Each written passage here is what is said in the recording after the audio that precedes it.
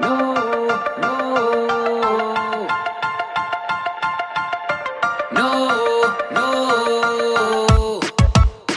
Yeah, yeah. Today, I'm going to talk to you about training in the week leading up to a race. Yeah, not a cap in the world, finally feeling free.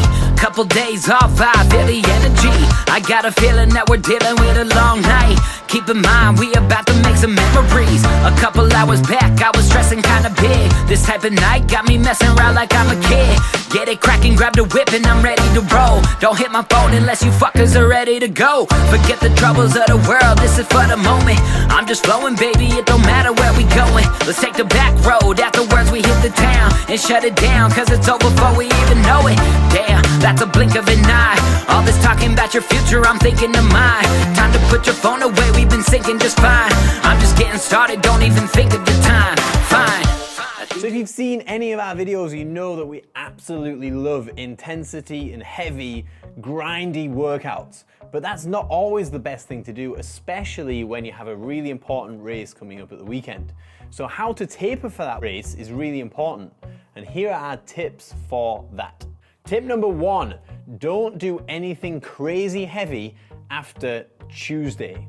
So you need your muscles to recover for the weekend, and Tuesday is about the cutoff time to do anything super heavy and be making any progress that's not going to affect or potentially affect your weekend race. So anything after Tuesday, substitute the heavy stuff for a little bit of volume, but again, be careful with that. Often the volume work can create more soreness, which can carry over to the weekend, depending on your training age and how much volume you're shifting. You can also substitute the heavy stuff for speed work. Speed work's really good, and it doesn't beat you down quite as much as a big grindy back squat, say, or pressing heavy weights. So you want your muscles to be fresh, but you also want to be making some progress fitness-wise in the gym. So speed work's a really good thing to add in, say, Wednesday and Thursday to be racing Saturday and Sunday. You can also add capacity work, but be very careful on your movement selection. So what you don't want to do is be putting weights in that are light because you're not doing heavy work, but be smashing the volume on, say, wall balls and that kind of thing. So capacity work can be steady state cardio. We're a massive fan of building engine with different time domains and different energy systems. So focus more on the long energy system, and that can also help your recovery and keep you fresh for the weekend. Stay on top of your mobility. So I expect that you would do it anyway, but particularly on your week leading up to the race. You can practice your warm-up. It's a really good time to practice warming up and see how you feel before you do it, say, on race day. So what we had the lads doing this morning was mobility and cardio. So the cardio wasn't intense, it was just 3 minutes at a time, but rotating through different things, like it was an assault bike and a rower today. And then in between each one of those, we spent 3 to 5 minutes mobilizing a particular joint. A really good way to structure that is to do, say, 40 minutes, an hour, do 3 minutes steady state cardio to get the blood flowing, which is always good for recovery. Then come off that cardio piece of equipment and focus on a particular area. Then get back onto the cardio equipment, do 3 minutes, get off. Calves, knees, hips, thighs, through into your lower back, chest, lats particularly, because these are big muscles that help you bike control. It's nice to have those functioning well before races. Shoulders, upper arms, triceps, biceps, and then of course forearms. So break your body down into sections. So you're doing the steady state cardio, you're getting a little bit of capacity gain, but it's not intense. And then you're coming off and you're doing some mobility stuff.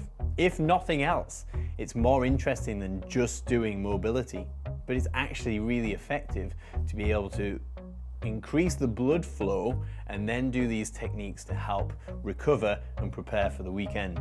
Those kind of sessions are best done on, say, Thursday, and then Friday, only mobility work, super light stuff, nothing at all that's going to compromise your weekend racing. Another good element that you can add in after Tuesday, so Wednesday and Thursday, is intensity work. So the 10-second assault bike every minute, or 10 calories on the minute every minute, or every other minute. That kind of stuff's not going to break you down as much as doing some grindy big workout. So add that in by all means all the way up until Thursday, but just be careful what you do it with. So only choose the intensity after some kind of assistance work, some kind of good mobility work, human movement like bear crawls and that kind of stuff, and that's going to encourage a nice prepared state for the weekend. You don't want your training to be compromising your performance, because you're basically training to perform better. So don't be too keen on smashing your performance increasing gym work to then potentially hinder your real performance at the weekend. It needs to be a balance between the two. And that's why it's really good to follow a program specifically for your sport, which is what we do. So if you visit our website, you can sign up today and follow a program. We'll send it to you so that you're not guessing in the gym, and that your performance at the weekend shows with all of the work specifically laid out the week before. If you've got any questions about that, please send them over on an email or a message on Facebook, and we'll happily reply and encourage you to sign up, because we honestly think that following a program like this in the gym is going to help you become a more winner rider.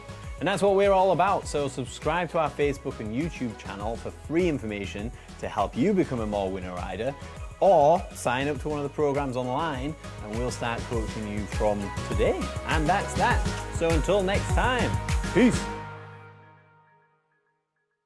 We've got some fresh new young talent doing some things that I know you haven't heard before. 1, 2, 3, listen.